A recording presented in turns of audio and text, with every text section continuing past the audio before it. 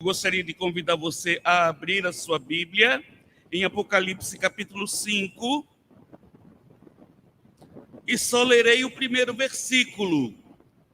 Acontece que eu vou expor todos os versículos. Então eu vou pedir para você manter a sua Bíblia aberta, tá bom? Vou fazer a leitura do primeiro versículo agora, mas farei a exposição de versículo por versículo do capítulo 5, um dos mais apaixonantes capítulos das Escrituras Sagradas que eu já tive oportunidade de ler. Sobretudo, irmãos, porque o capítulo 4, junto com o capítulo 5, dão um pano de fundo, uma base para compreender todo o livro de Apocalipse. Que Deus possa abençoar a minha vida, que Deus possa abençoar a sua vida com a exposição da palavra de Deus nesta noite. Nós vamos ler o primeiro versículo do capítulo 5. Vi na mão direita daquele que estava sentado no trono um livro escrito por dentro e por fora, de todo selado com 7 selos. Até aí, vamos orar. Pai querido, obrigado pela tua presença no nosso meio e clamamos que agora que a tua palavra está sendo lida e exposta, que o teu Espírito nos conduza, nos oriente, a fim de que possamos ser tocados por ti, a fim de que a gente encontre luz em meio à escuridão, a fim de que nossos caminhos complicados se descompliquem pelo mover do teu Espírito. Faça-nos, ó Deus, entender os teus propósitos para com a nossa vida. Nós oramos em nome de Jesus. Amém. Bom, acredito que todo mundo que está aqui era aluno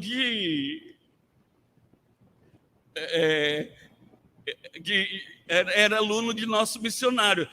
Não sei se todos estavam aqui presentes nas aulas, mas os irmãos sabem que quem escreveu o livro de Apocalipse foi o apóstolo João, e ele estava bem velhinho, com no mínimo uns 92, 93 anos. Alguns apontam até um pouco mais, 98 para 99 anos. É possível que o apóstolo João seja o único apóstolo que não tenha morrido martirizado. Ele morreu de velhice. Provavelmente seja o único apóstolo que não morreu martirizado. Havia uma grande perseguição contra os cristãos. Todos os apóstolos provavelmente já tinham morrido, já tinham sido enterrados. E o apóstolo João começou a visitar demais as igrejas da Ásia Menor, hoje a região da Turquia. Passava um tempo numa igreja, em outra, Colossos, Filipos, Éfeso. Éfeso era provavelmente o templo maior, provavelmente uma cidade extremamente rica.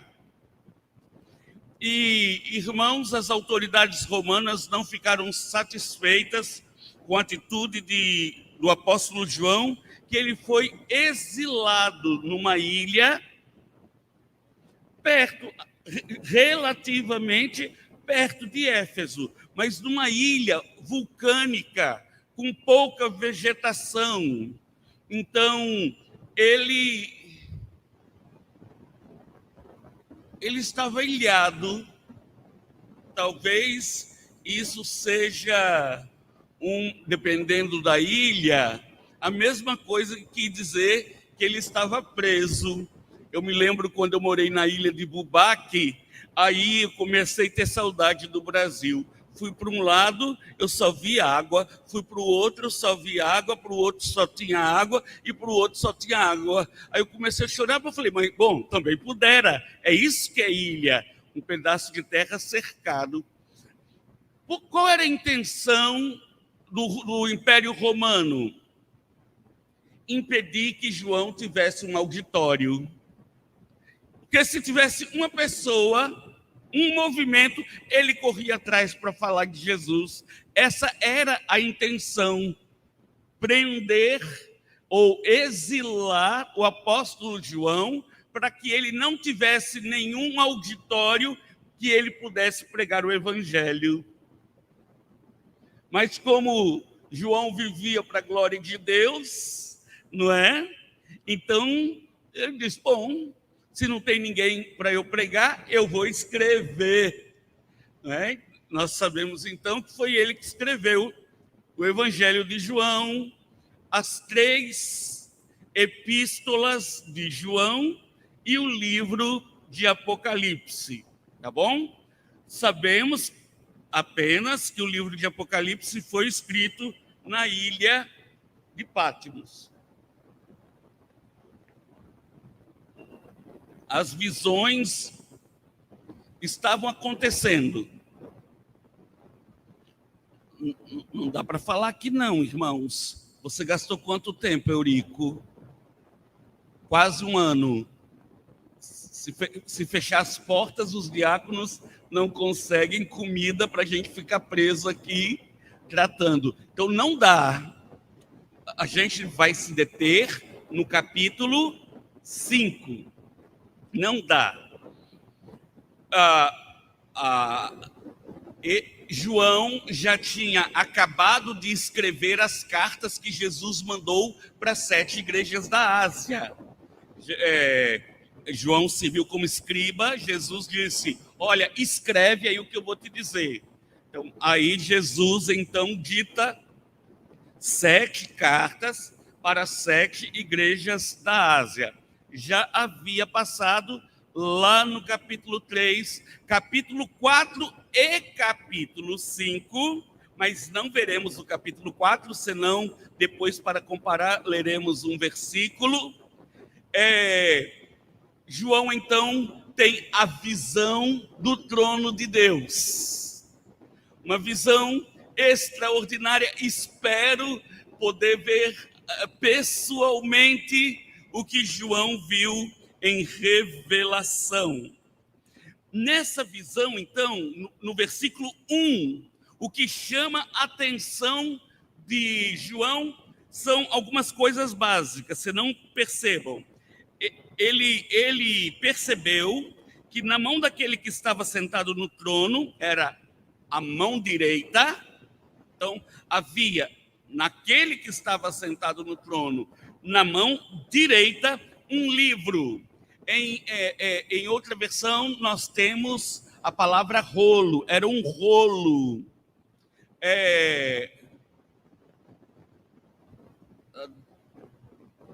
Temos base para pensarmos nas 2 hipóteses, mas o mais comum eram os rolos. O que não era comum é o que ele viu. O rolo estava escrito por dentro e por fora. Foi o que ele viu. E isso foi esquisito, porque o normal era escrever apenas de um lado, mas esse estava escrito por dentro e por fora. E ele viu outra coisa que lhe chamou a atenção. Aquele rolo não estava aberto, ele estava selado, ele estava fechado com 7 selos. Como é que a gente pode entender este quadro do primeiro versículo?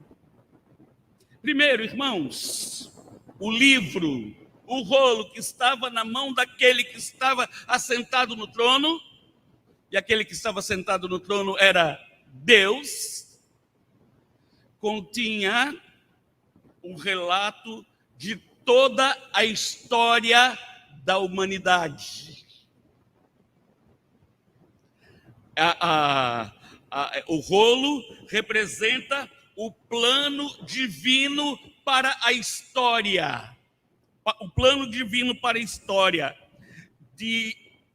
da eternidade passada para a eternidade futura. Era o conteúdo daquele livro, mas estava fechado. Que o Senhor é Senhor da história, nós temos base em todas as Escrituras. Só quero ler o que diz Atos, capítulo 15, versículos 17 e 18. Diz o Senhor que faz essas coisas conhecidas desde os tempos antigos. Aí continua, Isaías 46, 40. Ele tem grandes planos e propósitos. Por exemplo, olhando para Isaías 46, 10. Todo o curso dos eventos futuros e todos os arranjos das eras por vir são determinadas por Deus. Deus, ele é o Senhor da história. Aliás, ele mesmo escreveu a história. Não há nada que não esteja escrito naquele livro. Nada ficou despercebido.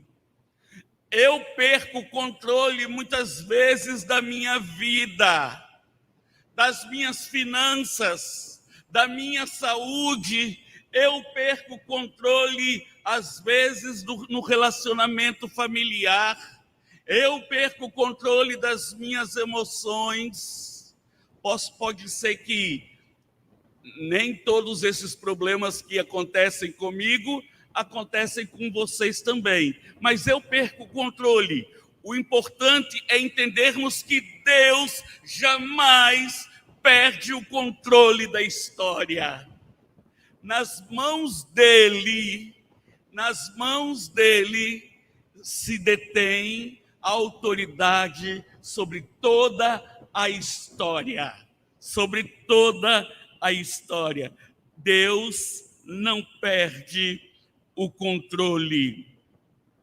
Agora, irmãos, o rolo estava escrito por dentro e por fora. Isso representa completude, plenitude. Isso significa que está tudo ali. Não tem nenhum espaço livre, porque tudo foi escrito. Então, escrito pelo lado de dentro e pelo lado de fora, isso indica completude, ou seja, toda a história nas mãos do Senhor, controladas pelo Senhor, estão registradas. Ele é o Deus não somente que sabe as coisas antes que aconteçam, mas é o Deus que tudo faz acontecer. Louvado seja o nome do Senhor. E a estranheza de ver os 7 selos. O que aqueles 7 selos faziam fechando o livro?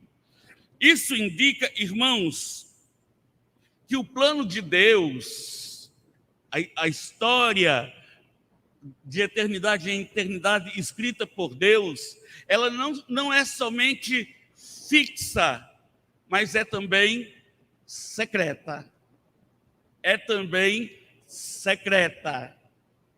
É isso que indica.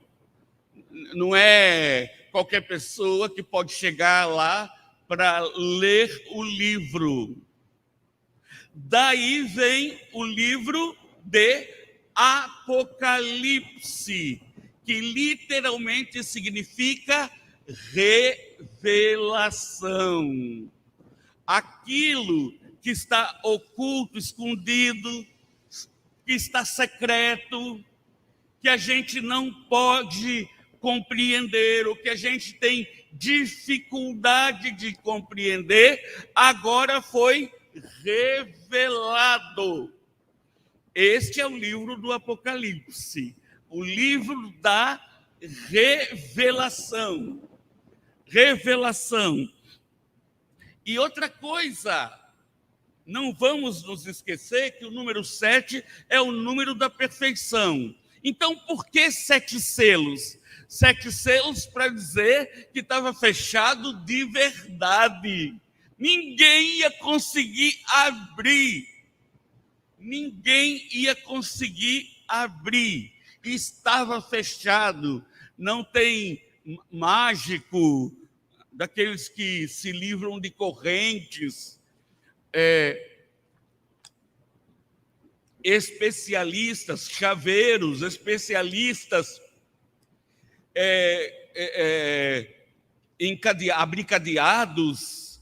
Não tinha ninguém que seria capaz de abrir aquele livro. 7 selos significa fechado com perfeição, plenamente fechado.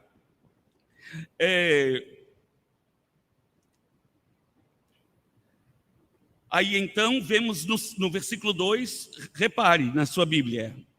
Eu vi também, além de ver Deus no trono, na mão direita um rolo, escrito por dentro e por fora, e selados com 7 selos, versículo 2. Versículo 2. Vi também um anjo forte, que proclamava, anjo forte.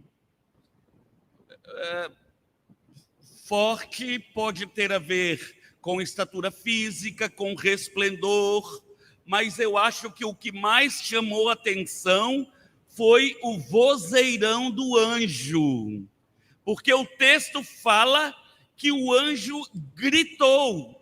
Percebam no versículo 2, vi também um anjo forte que proclamava em grande voz: quem é digno de abrir o livro e de lhe desatar os selos? Ele gritou, irmãos. Pelo que a gente pode ver no final do livro, porque se estiver ficando tarde demais, aí todo mundo que está aqui visitando vai ter que vir outro dia para ouvir o final da pregação.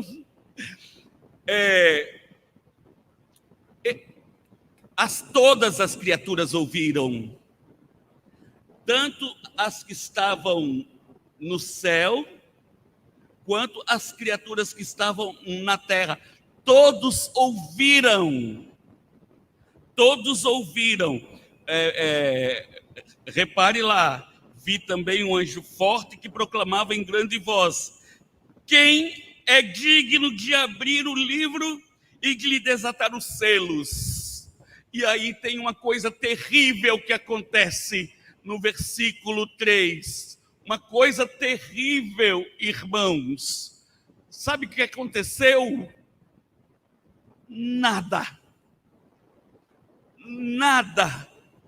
Imagine um livro para ser lido, coisas para serem conhecidas, verdades que precisavam ser ministradas. O anjo grita: cadê? Onde está aquele que é capaz de abrir desatar esses selos e abrir e ler este livro? Onde está aquela pessoa que é digna? Onde está a pessoa que tem habilidade para abrir selos e desatar, para que nos faça conhecer o que está escrito nesse livro? O versículo 3 diz o seguinte: ora, nem no céu, nem sobre a terra, nem debaixo da terra, ninguém podia abrir o livro e nem mesmo olhar para ele. João coloca o homem no seu lugar. João, ele coloca a gente na nossa estrutura.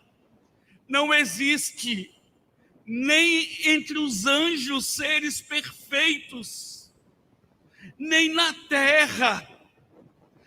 Sua conta bancária não fará diferença. Os seus diplomas não farão diferença nenhuma. Você que se acha inteligente demais, você que acha, não, eu sou crente há mais de 60 anos, eu acho que eu conseguiria abrir aquele selo e teria acesso àquele livro. Deus coloca o homem no seu lugar.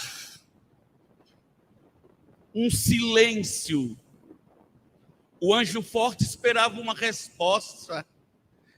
Deve ter passado não posso falar minutos, não é? Algum tempo.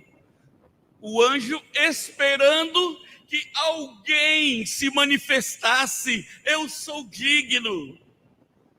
Eu sou bom demais. Aliás, eu conheço muita gente que se acha boa demais. Conheço crente extremamente prepotente que acha que os seus atos de justiça serão louvados por Deus, que invertem a posição da criatura para o Criador.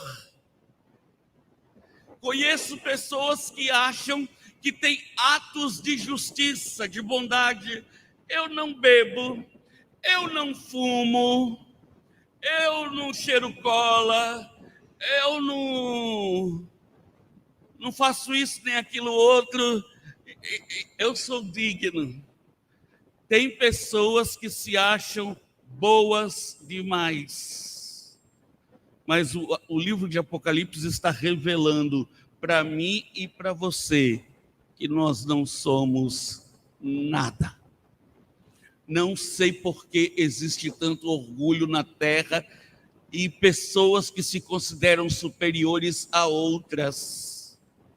Preconceito racial, preconceito por causa de posição social, por causa da conta bancária. Pessoas que chegam a humilhar as outras pessoas por se considerar melhor do que elas. Quero te dizer que diante do Senhor somos todos iguais e um digno não foi encontrado.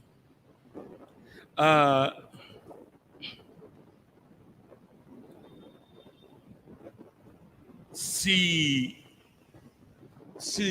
não encontrassem uma pessoa digna de desatar os selos, de abrir o livro,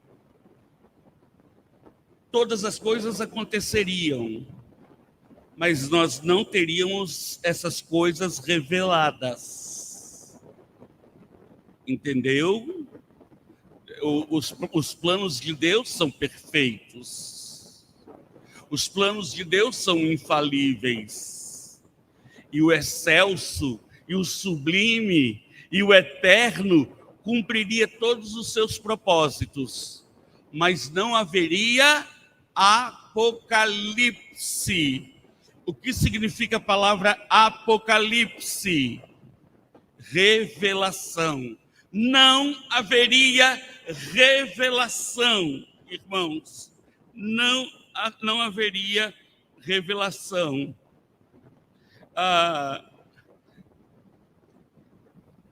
Então,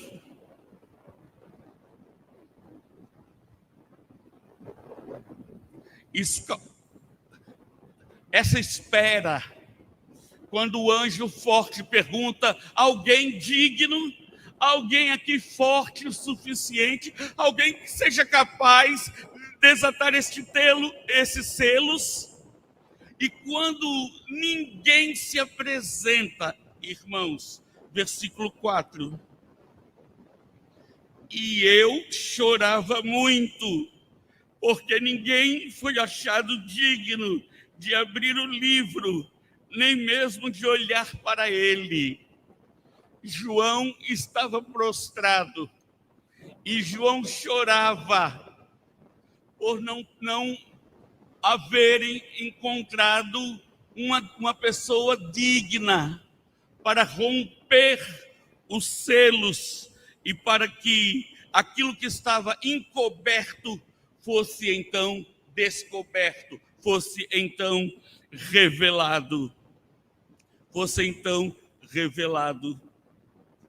Aí então, o que acontece é que um ancião age. Lembrem-se que ao redor do trono de Deus tem 24 tronos dos 24 anciãos. Os irmãos sabem o que isso representa. Isso é matemática. 12 mais 12. 12 representando as 12 tribos de Israel, ou seja, o povo de Deus no Antigo Testamento, e mais 12 por causa do Novo Testamento, os 12 apóstolos, representando o povo de Deus no Novo Testamento. 24 anciãos, representando então a totalidade do povo de Deus que habitará a eternidade. Um destes anciãos, um dos 24 anciãos, resolveu, diante daquele silêncio, todo mundo calado, não apareceu um digno sequer. João começa a chorar, então o que acontece? E eu chorava muito, porque ninguém foi achado digno de abrir o livro, nem mesmo de olhar para ele. Versículo 5. Todavia, um dos anciãos me disse: não chores. E ele traz uma notícia de glória, de esperança, uma informação, um dado que faz diferença na vida de todo crente. Ele traz uma resposta, irmãos, reveladora, que pode restaurar famílias, que pode restaurar a alegria da vida, da existência, que pode dar sentido à existência. Olha então o que acontece. Versículo 5, não chores, eis que o leão da tribo de Judá, a raiz de Davi, venceu para abrir o livro e os seus 7 selos. Não precisa chorar, porque há um digno que pode tomar o livro e desatar os selos, e com isso pode revelar a vontade de Deus para a sua vida e para a vida daqueles que creem. Que visão gloriosa, irmãos! Que visão gloriosa! Não há necessidade de chorar. A fé não é um passo no escuro. Nós sabemos em quem temos crido, porque aquele que havia morrido ressuscitou. Ele venceu, e venceu para isso. Ele venceu para desatar os selos e tornar claro o plano de Deus para a vida dos seus. Para a vida dos seus. Aí Cristo então se apresenta, já estamos terminando. Cristo se apresenta. A última coisa que chamou a atenção de João, irmãos, olha que ele já tinha visto várias coisas. Ele já estava começando a entender. No trono de Deus, um que segurava um livro, o livro escrito por dentro e por fora, 7 selos. O questionamento se havia algum digno. Não foi achado, nem no céu, nem na terra, nenhuma pessoa que fosse digna de desatar os selos e de abrir o livro. Ele então se desaba em choro de desespero, ao ponto de um ancião dizer: não chore, não chore, porque há um que venceu a morte, esse é digno de desatar os selos. Então, o que chamou a atenção de João agora foi o próprio Senhor Jesus, versículos 6 e 7. Então, vi no meio do trono um dos seres viventes e entre os anciãos, de pé, um cordeiro, como tendo sido morto. Ele tinha 7 chifres. Por favor, chifre é símbolo de poder. Então, se tinha 7 chifres, significa plenamente poderoso. Ele detém todo poder. E 7, bem como 7 olhos, também conhecimento pleno de todas as coisas. Também olhos representam os espíritos, que são os 7 espíritos de Deus enviados por toda a terra. Veio, pois, e tomou o livro da mão direita, que estava sentado no trono. E quando tomou o livro, os 4 seres viventes e os 24 anciãos prostraram diante do Cordeiro, tendo cada um deles uma harpa e taças de ouro cheias de incensos, que são as orações do seu povo. Ele tem a visão de Cristo. Ele não o identifica como Cristo. Ele declara que era como um cordeiro que, tendo sido morto, havia ressuscitado. Essa visão que se apodera tanto de João, agora que nós começamos a entender, isso fornece um conforto para a nossa vida, um alívio para nossas aflições e nossos aperreios, certeza em meio às dúvidas. Caso a gente pertença de fato ao Senhor Jesus Cristo, as palavras do ancião que foram dirigidas a João naquela visão, nesta noite são para a minha vida e para a sua vida também. Não chore, Cristo já venceu e você é mais que vencedor. Não chore, Cristo venceu. É a garantia que você também vencerá. Não chore, porque aquele que é digno de desatar os selos e abrir o livro e nos revelar a vontade de Deus está aqui. Vocês conhecerão os planos e os projetos de Deus para as suas vidas. Não chore, porque a vitória de Cristo é a garantia de que também nós venceremos. É a garantia de que também nós venceremos. Neste texto, irmãos, tem 3 cânticos. E sabe o que diz esses cânticos? Em outro domingo eu conto para vocês. Deus abençoe, em nome do Senhor Jesus.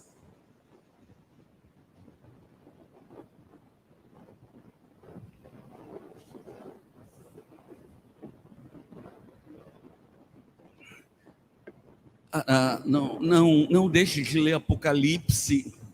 Apocalipse é lindo, Apocalipse é profundo.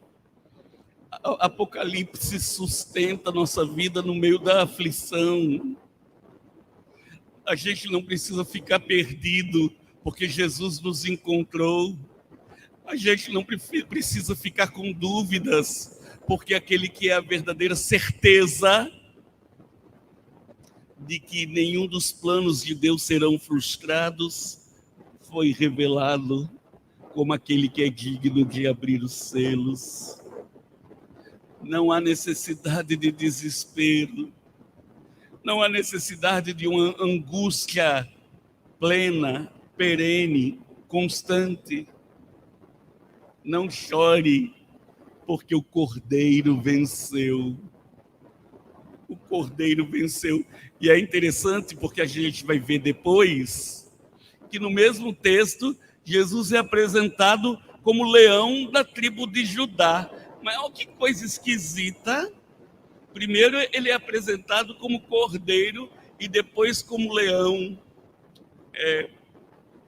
É porque, irmãos, o cordeiro que te salvou é o leão que te protege. O cordeiro que te salvou é o leão que te protege. Você pode se sentir desamparado.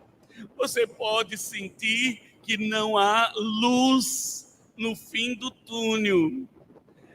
E tudo que estiver parecendo fim, irmãos, se não tiver resolvido, é só aparência. Porque a obra do Senhor é perfeita, não faz nada pela metade. Deus que começou a boa obra em vós é fiel para completá-lo. E Ele é garantia de todas essas coisas. Louvado seja o nome do Senhor.